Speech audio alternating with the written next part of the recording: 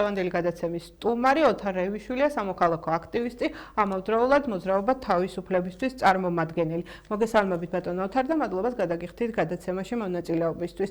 მოკლედ დღევანდელი სასაუბრო თემა არ გაგიკვირდებათ ალბათ ქვეყანაში მიმდინარე მოვლენებია და ის უწყვეტი პროტესტი, რომელიც ქვეყანაში მიმდინარეობს უკვე 73 დღეა. ყავს პოლიტპატიმრები, კიდევ ერთხელ ჩემი სოლიდარობა ქალბატონ სიეს და ყველა პოლიტპატიმარს, თქვენი შეფასება კიდევ ერთხელ რომ მოისმინოს მაყურებელმა რა პროცესში ვართ დღეს ჩვენ. მადლობა მოწვევისთვის, მეც მინდა დავიწყო ჩემი სოლიდარობით პოლიტპატიმრების მიმართ. ამ ქვეყანაში არის პოლიტპატიმრები ამ აქციების შედეგად, განსაკუთრებით გამოყოფდი ქალბატონ ზია ამაღლობელს, რომელიც მე-18 დღეა შიმშილობს, აქვს ჯანმრთელობის პრობლემები და ამაზე რეაგირებას არ ახდენს სისტემა. დღეს რეალურად სახელმწიფოში არ გაგვაჩნია ჩვენ სამართალდამცავი სისტემა, ყავს არალეგიტიმური მთავრობა, არ გვაქვს სასამართლო და დღეს რეალურად მოსახლეობის მოქალაქის ხელშია ძალაუფლება. ამიტომ ძალიან მნიშვნელოვანია რომ ეს პროტესტი გაგრძელდეს, იმიტომ რომ ეს ავტოკრატია გადაიზარდა დიქტატურაში და ეს პრობლემები მიაკითხავს ყველა ოჯახს. ეს არ არის მხოლოდ რაღაც ადამიანების, რომლებიც მხოლოდ აპროტესტებენ ქუჩაში. ეს პრობლემები მიაკითხავს ყველა ადამიანს, ყველა ადამიანი დაიჩაგრება დიქტატურის ფარგლებში. ამიტომ ძალიან მნიშვნელოვანია რომ ეს პროტესტი გაგრძელდეს, მანამ სანამ სისტემა არ ჩამოინგრევა. რეალურად სისტემა ძალიან სუსტად არის სუსტად გამოიყურება, შეიძლება რაღაც თამაშობდნენ როლში არიან შესრულებული თითქოს არც არაფერი არ ხდება ქვეყანაში, თუმცა შიდა დაძაბულობები, შიდა ინფორმაციებიდან გამომდინარე ჩვენ ვიცით, რომ ესენი არიან მორყეულები. ამიტომ ძალიან მნიშვნელოვანია რომ პროცესი გაგრძელდეს, ეს პროცესი გაშლილია მთელ საქართველოში, სხვადასხვა ქალაქებში იმართება სხვადასხვა სახის საპროტესტო აქციები და ძალიან მნიშვნელოვანია რომ ეს უწყვეტობა შეინარჩუნოს ამ აქციამ, ვინაიდან ეს ყველაზე მეტად არყევს ესე ვთქვათ რეჟიმს. და რა შედეგი გვაქვს ხელში დღეს მდგომარეობით თქვა? დღეს ეს ხელისუფლება თავისუფალმა სამყარომ არ აღიარა.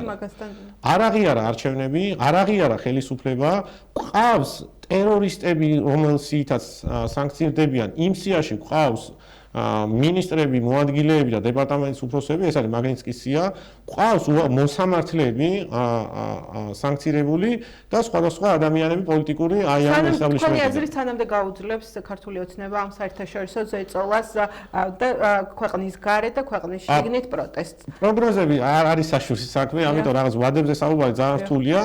თუმცა ისტორიას თუ გადავხედოთ სხვადასხვა ქვეყნებში თუ როგორ ვითარდება სხვადასხვა პროტესტები და როგორ ვითარდებოდა, ხო, ანუ არაძალადობრივ პროტესტს ყოველთვის უფრო მეტი შანსი აქვს გაიმარჯვოს, ვიდრე ვთქვათ რაღაცა გაჩერებას ან რაღაც სხვა სახის პროტესტებს. ამიტომ ეს არაძალადობრივი პროტესტი უნდა გაგრძელდეს და უნდა გავაგრძელოთ ჩვენ ამ სისტემის რყევა, იმიტომ რეალურად არის რეჟიმი დღეს.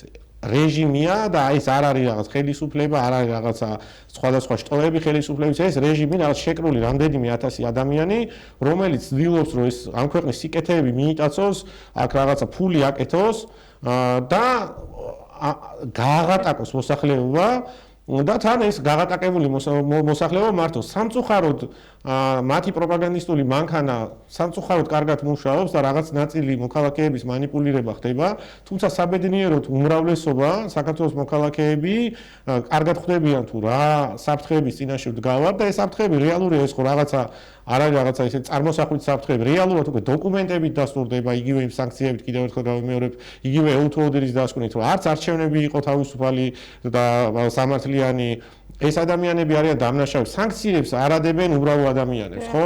სანქციები დაადეს წამებისთვის, იმ არაადამიანური ქმედებებისთვის, რომელიც ჩაიდინა სისტემამ მომიტინგეების წინააღმდეგ, ხო? უამრავი ადამიანი ნახეთ დასახიჩრებული, მათ შორის თქვენი კოლეგები, რომელიც უმოწყალოდ სცემა სისტემამ დაკავების შემდეგ არაადამიანური ქცევა მათ საწინააღმდეგოდ.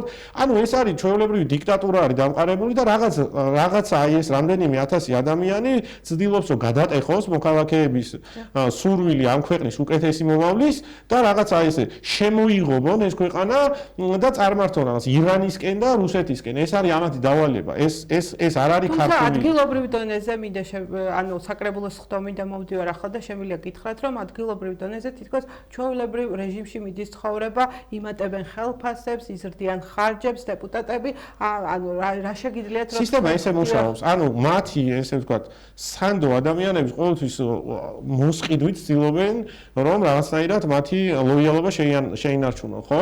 ერთი მხრივ იზრდიან ხელფასებს, მეორე მხრივ აძლევენ, რა ქვია, ტენდერებს, იქიდან იღებენ ატკატებს და ამით ცდილობენ რომ ამ წრის ლოიალობა იმ რამდენიმე ათასი ადამიანი შეინარჩუნონ ბოლომდე, იმიტომ რომ ფიქრობენ რომ აი ეს წრე თან ამავდროულად აგროვებენ მათზე კომპრომატებს, ეს ხო ესე არ ხდება.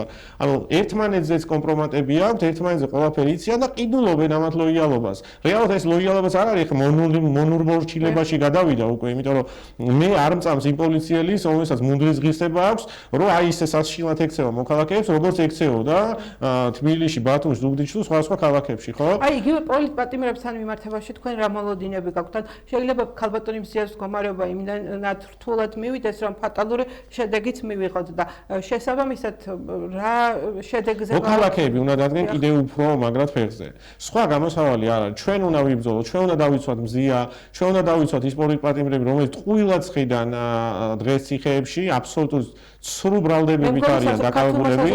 ჩვენ არა სამოქალაქო საზოგადოება ჩამოყალიბდით და კი, ანუ მე ვიძახი რომ რაღაცნაირად ახალი საქართველოს იბადება, ხო ეს რაღაცა პროტესტის ესე უწყვეტობა არასდროს არ ყოფილა საქართველოში, ის მასშტაბები, რომელიც შეიძინა ამ პროტესტმა არასდროს არ ყოფილა საქართველოში. ამიტომ არა თბილისში, არამედ ზოგადად, ანუ ისეთ დაბებში და ქალაქებში იყო პროტესტი, სადაც მე მაგალითად არ ვიცი 30 წლის განმავლობაში არ მახსოვს რომ რაღაცა მსგავსი ყოფილიყოს. ამიტომ ხო, ეს უნდა გაგრძელდეს. ჩვენ გვაქვს მოქალაქე უნდა დადგეს თავის ადგილას, ესე ვთქვა და დაიბრუნოს ის ძალაუფლება, რომელიც მიტაცებული აქვს ამ რეჟიმში. ადგილზე სამოქალაქო აქტივისტები რამდენად გეგმავთ თქვა წნეხს იგივე ადგილობრივ თვითმმართველობასთან მიმართებაში, იგივე ხელისუფლებასთან მიმართებაში ადგილობრივ ხელისუფლებას. იმიტომ რომ არ ჩანს რომ ისინი რაღაცა დისკომფორტს განიცდიან. კიდევ ერთხელ ვიმეორებ რომ ჩვეულებრივად ატარებენ სხდომებს, იღებენ გადაწყვეტილებებს და ასე შემდეგ.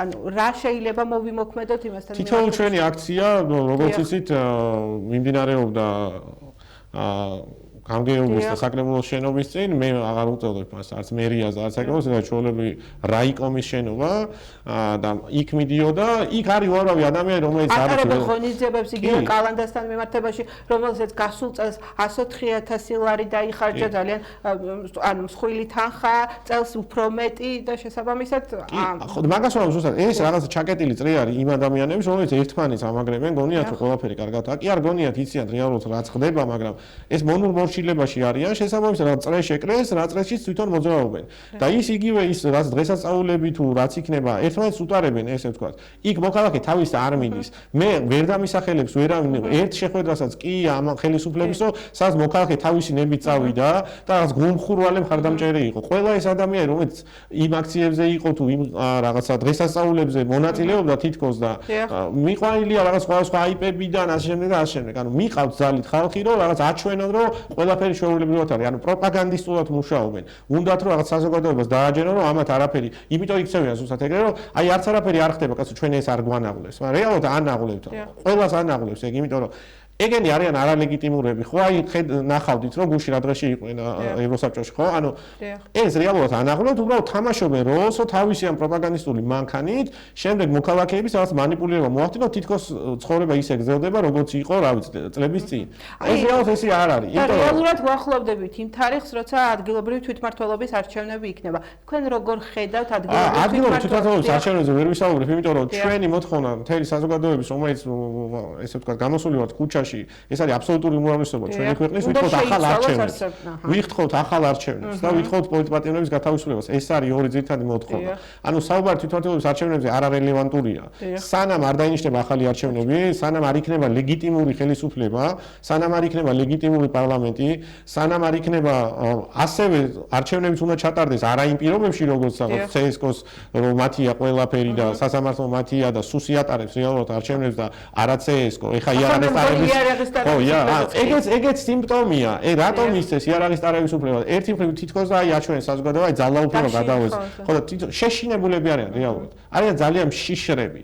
მათი ყველა თავდასხმა არის ზურგიდან მოპარვით, ჩასაფრებით, რაღაც აი ყველაზე არაადამიანურ და არაკაცულად იქცევიან პოლიციელები. გრძელვადიანი პროცესში ვართ შესული, მაგრამ მაინც პროგნოზის გაკეთება. გამიჭირდება პროგნოზების გაკეთება, რომ აი ეს დღეს მოხდება თუ ერთი თვის შემდეგ, მაგრამ ეს აუცილებლად მოხდება. იმიტომ რომ ვერ გაგრძელდება ეს ქვეყანა. იმიტომ რომ ერთი მხრივ საერთაშორისო წნეხი და მეორე მხრივ შიდა ძალიან მაღალი ხარისხის პოლიტიკური კრიზისი უბრალოდ ეს ქვეყანა ვერ იარსებებს. ეს ქვეყანა ჩამოინგრევა, ეკონომიკა გაჩერდება, შესაბამისად ის ადამიანები გაღარიბდებიან, უფრო ვარესდღეში აღმოჩნდებიან. ხო, ანუ ეს რეალურად ჩვენ გვექნება რაღაცა წარმონაქმნი, ეს ქვეყანა აღარ იქნება. ანუ პროცესის შეუქცევადია და ის დასრულდება რა თქმა უნდა, დასრულდება. თუ დაშვებას გავაკეთებთ, რომ ეს არ დასრულდება ქართული ხალხის გამარჯვებით, ეს დასრულდება მაშინ რუსეთის გამარჯვებით და ჩვენ ვიქნებთ რაღაც ნაწილი რუსეთ ირანის რაღაცა პოლიტიკის, რომელიც არის აბსოლუტურად განსხვავებული. ეს მოდოდინები არ უნდა გქონდეს. რა თქმა უნდა, არა, იმიტომ მე ძალიან ოპტიმისტურად ვარ განწყობილი.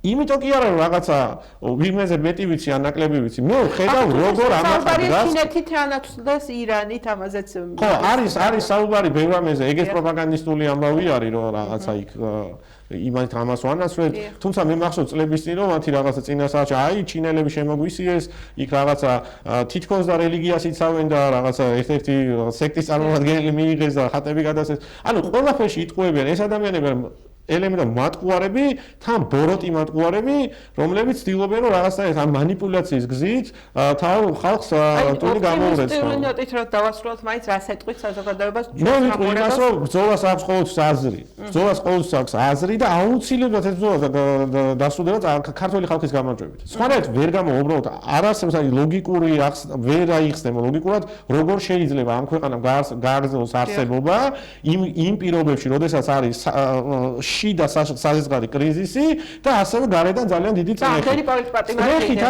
წნეხი არის საუბარი ადამიანებზე, ქვეყნებზე, იმ ქვეყნებზე, რომელიც ამ ქვეყანას ეხმარებოდა ყველაფერში. ეს ქვეყანა თუ რაიმეს გავს დღეს და რაღაცა რეფორმები არის გატარებული, ამას აკეთებდა თავისუფალი სამყარო, ამას აკეთებდა შეერთებული შტატების დახმარებით კეთდებოდა ევროკავშირის დახმარებით, ხო?